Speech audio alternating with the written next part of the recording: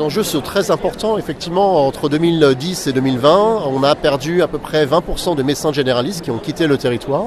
Et ils sont aussi à venir puisqu'on a 40% des médecins qui ont aujourd'hui plus de 60 ans sur le territoire des Yvelines. Donc on a déjà des déserts médicaux importants. Donc on a besoin d'avoir des solutions faciles à mettre en place, pratiques, efficaces, rapides, comme les cabines de téléconsultation.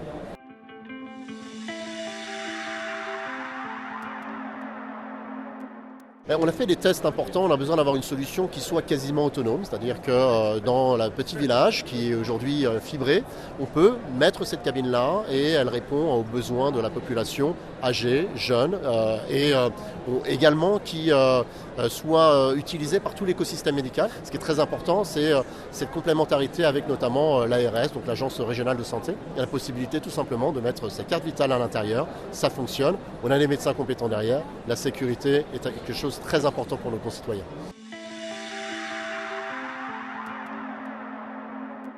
On a prévu d'avoir un déploiement, je dirais, progressif, avec des phases test pilotes dans les villes dans lesquelles il y avait une pénurie de médecins les plus importants.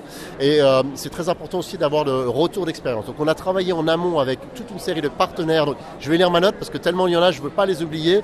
Donc il y a bien sûr l'ARS que j'avais cité, qui est l'Agence régionale de santé, la Caisse primaire d'assurance maladie, le Conseil de l'ordre des médecins des Yvelines, les communautés professionnelles territoriales de santé qui ont un rôle extrêmement important aujourd'hui pour nous remonter les informations.